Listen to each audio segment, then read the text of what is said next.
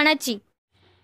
बोलवाड विकास कामांचा शुभारंभ करताना आमदार इद्रिस नाईकवडी, यावेळी माजी मंत्री अजितराव घोरपडे सरकार, सरपंच निगार शेख, महादेव दबडे, नीलम दबडे उपस्थित होते।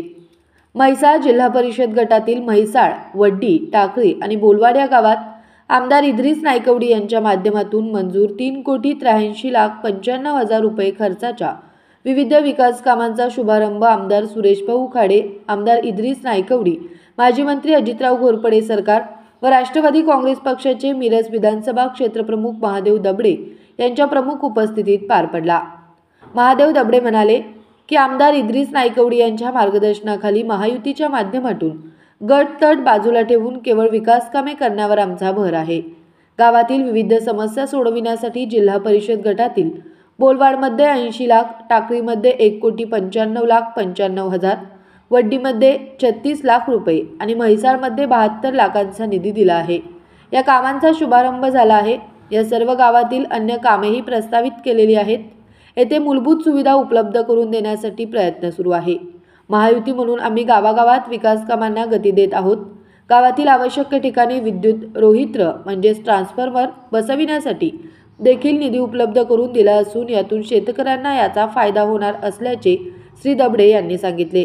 यावेळी बोलवाडच्या सरपंच निगार शेख, टाकळीच्या सरपंच हिना नदाब, राधिका हरगे, नीलम दबडे, शीतल सोनवणे, नीता आवटी, राष्ट्रवादी काँग्रेस पार्टीचे जिल्हा उपाध्यक्ष शंकरबापू गायकवाड, तालुका अध्यक्ष देवजी साळुंके, माजी सरपंच सुहास पाटील, माजी पंचायत समितीचे सदस्य किरण बंडगर, अरुण गडकरी, भैया उपाध्ये, सुलेमान मुजावर, राजू शेख, अजित कांबळे, मनोज नांद्रेकर, मनसूर नदाब, मुसा गोदड, अनिल शिरसाट, सूरज भगत, प्रमोद वाघमारे, रियाज शेख, सतीश दबडे आदी उपस्थित होते।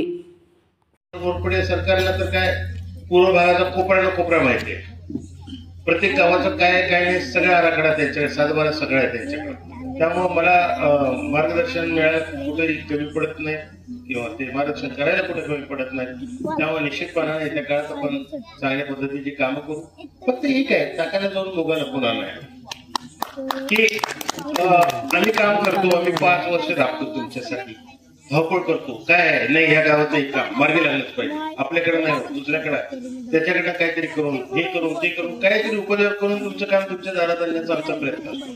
पण एक 5 वर्षाचा एक दिवस येतो तो आमच्यासाठी असतो आणि त्यावेळेला तुम्ही लोकांनी आमच्याबरोबर राहावं ही सारी एक कार्यकर्ता म्हणून आमची अपेक्षा असते। त्यामुळं आता आपल्या समोर त्या ठिकाणी पंचायत समिती आहे, जिल्हा परिषद याच्या निवडणूक आहे, त्यावेळेला आम्ही चांगली माणसं तुम्हाला देणार आहोत समोर की जी कामाची असणार आहे। नाहीतर वर्ण निधी आणायला खाली जर माणसं योग्य नसतील तर वर्ण निधी आणून त्या कामाचं काही होत नाही, बाजार होते त्या कामाचा, काम काय होत नाही। त्यामुळं या जिल्हा परिषद आणि पंचायत समितीच्या निवडणुकीच्या निमित्तानं आम्ही चांगली माणसं तुम्हाला देणार आहोत आमच्या पक्षाच्या वतीनं। घोरपडे सरकारच्या मार्गदर्शनाखाली सर्व निवडणुका आम्ही या ठिकाणी पूर्व भागात लढवणार आहोत आणि त्यामुळं आपण चांगली माणसं, आम्ही दिलेल्या माणसांच्या मागे आपला आशीर्वाद उभं करा, मजबूतीने त्यांच्या मागे उभं राहा। निश्चितपणानं गावच्या विकासात तुम्हाला किमान पश्चाताप होणार नाही की बाबा काय ह्याला दिलं, ह्याला काही केलं नाही, एवढा पश्चाताप तरी 100% होणार नाही। उलट तुम्हाला आमची माणसं पुन्हा हवीशी वाटतील अशा पद्धतीचं काम त्या पुढच्या काळात आम्ही करून देऊ।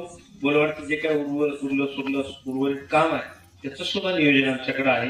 निश्चितपणानं या मार्च नंतर आमचा जो काही दुसऱ्या वर्षाचा फंड असतो त्या फंडात सुद्धा आम्ही निश्चितपणानं बोलवाडला एक चांगला न्याय देण्याचा प्रयत्न त्या ठिकाणी करणार आहोत।